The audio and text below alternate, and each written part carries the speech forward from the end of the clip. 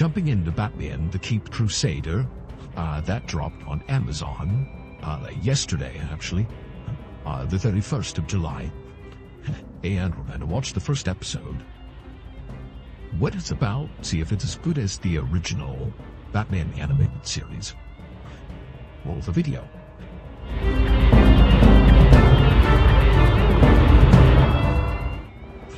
Alright, so tonight I thought I'd try something a little different.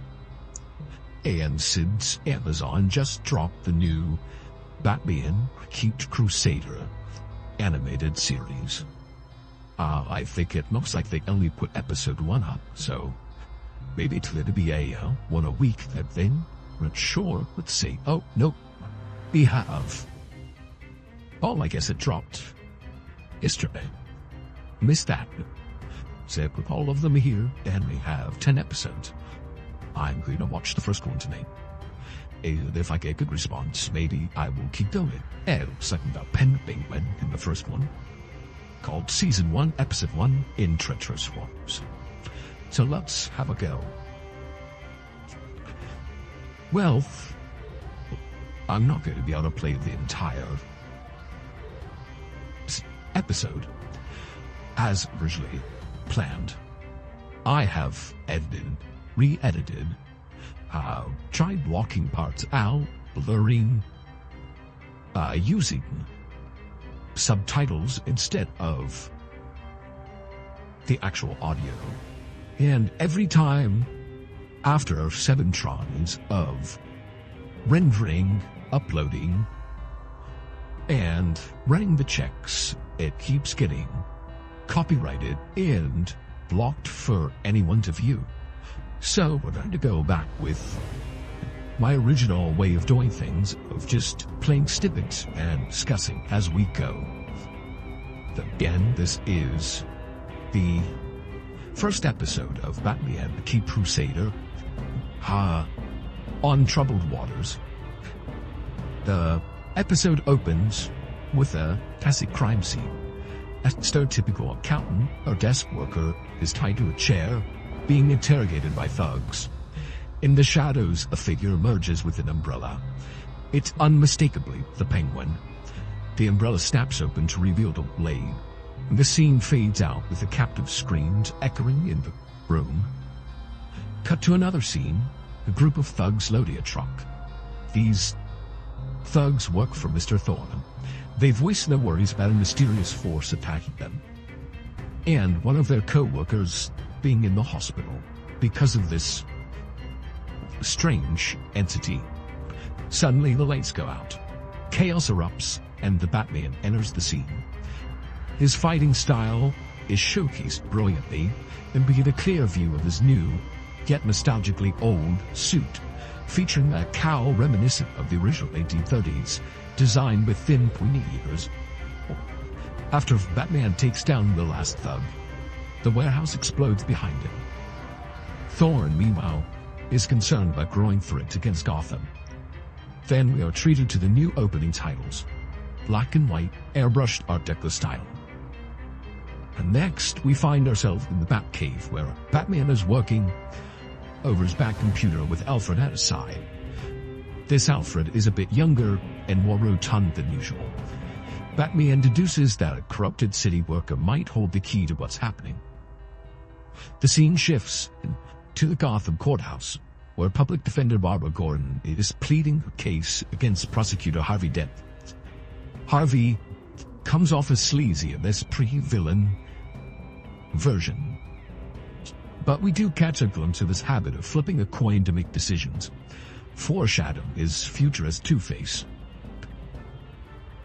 Batman is then sneaking around City Hall in the background, where he finds the information he needs in a file. And immediately we move to Batman capturing the drunken city worker and tying him by his ankles upside down over the railroad tracks, torturing him for information. The man eventually spills the beans about the Penguin. Here we find out that the Penguin's base of operations is a luxury yacht named the Iceberg. which currently is hosting a fundraiser for the Gotham Police Department. At the fundraiser, the atmosphere on the yacht is lively with music and a woman singing. Here, the show delivers a surprise. The woman singing is none other than a gender-flip penguin, Oswalda Cobblepot. She finishes her song and mingles with her guests, including Harvey Dent and Commissioner Gordon, and appears very friendly with Lieutenant Bullock. After her performance, Barbara Gordon then leaves and starts brooding on the deck. But this is where we meet Oswalda's sons, Ronnie and Aaron. Bruce Wayne makes a dramatic entrance on a speedboat driven by Alfred. He boards the yacht, putting on his Playboy act while secretly snooping around. Oswalda confronts Mr. Thorne, hinting at her sinister plans. Thorne, in turn, hints at knowing her schemes, directing his threats towards Aaron. This is not missed by the Penguin. She sees him look towards her son. So, Bruce uncovers a storage area filled with drugs, but has to hide as he hears voices approaching. It's Penguin, her sons, and her bodyguard. Oswalda accuses Aaron of leaking information to Thorne, has him packed into a crate and sunk into the river.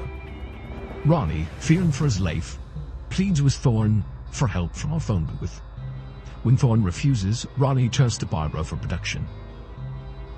Barbara reluctantly agrees to help him, but as they're driving to the police station, they're ambushed by Penguin's henchmen. Just as Barbara makes her last stand with a single bullet in her handgun, the Batmobile arrives, doing a donut and obliterating all the thugs. Batman nods at Barbara from Batmobile, and she acknowledges with a nod of her own. She's shocked that the rumors of Batman are true. Here the pace quickens as Ronnie reveals his mother's plan to use a cannon mounted on the iceberg to destroy the police station. Barbara raises the alarm to evacuate the building. While underwater, the Bat-Sub is seen shooting out of an underwater cavern. Simple design and almost torpedo lake has it en route to the iceberg. Penguin prepares her super weapon and targets the police station. Just as Batman intervenes, fighting off henchmen and knocking Penguin's main bodyguard overboard, he tries to stop Oswalda, but she manages to trigger the cannon with a slick move from her umbrella. The shell shoots towards Gotham just as Barbara and the commissioner get the last people out of the building. In the final scene, at Wayne Manor, Batman studies the map of Gotham, lamenting that the Penguin is gone, but Thorne will gain more control of the city. The episode captures the dark, gripping essence of Batman's world, blending thrilling action with deep appreciation for the art of animation and storytelling.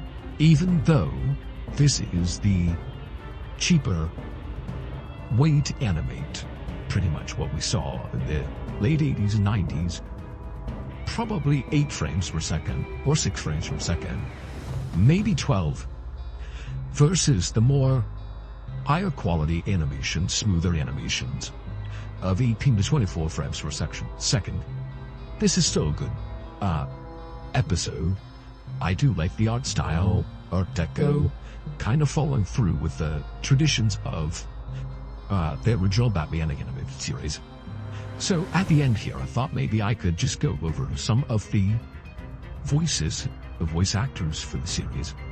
So for today's series, we had Harvey Dent, which was played by Dietrich Bader. He is, well, I know him from Napoleon Dynamite, but he's been in lots of shows. If you've been around a while, you might remember the Beverly Hillbillies movie. He played Jethro. But yeah, Napoleon Dynamite, Office Space, Meet the Spartans, comedy actor, but he does a pretty good voice. We have, let's see who else. Oh, Barbara Gordon was Crystal Joy Brown, and she has been in Law & Order, Magic Camp, Writing Around the Christmas Tree, and The Equalizer. Unfortunately, I haven't seen her in anything yet, but she does a good voice. Good portrayal of Barbara in this episode. We have Oswalda Cobblepot, which is Minnie Driver. She's been in a lot of stuff. She was the fairy godmother in Ella Enchanted, but she's been in Speechless, the series, Good Will Hunting, Circle of Friends, tons of stuff. Let's see who else was in this one.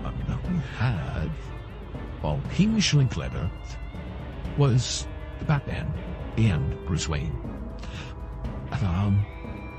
He has been in the Big Shore Battleship, the 2005 version of Fantastic Four. Let's see, who was... Do have Jordan Chimblin. Oh yeah, here is Commissioner Court was Eric Morgan Stortz. Reality Bites, Life is Strange. Not sure. Oh, and Alfred was portrayed by Jason Watkins. Who has been in The Crown? That's the only one I know him from. So, coming up in the future episode, which I'm looking forward to, we do have a Harley Quinn, Jamie Chung. We have, let's see, a Clayface, Stand On You. And Nocturna, McKenna Grace from Ghostbusters. Firebug. SpongeBob himself, Tom Kenny. That'll be interesting. And we have Catwoman, Christina Ricci. The original, well, not the original Wednesday Addams, but the movie Wednesday Addams from the 90s, I believe. And she was in Casper. Yeah, let's see, who else? Yeah, we'll just leave them to find out for later. So there are going to be 10 episodes. And again, if you want me to keep doing this, like, subscribe. I need more subscribers. If I get this thing monetized eventually, I'll be able to upgrade my computer. I'll be able to make my avatar look a little bit better. Maybe some better motion capture instead of the jankiness of what it is.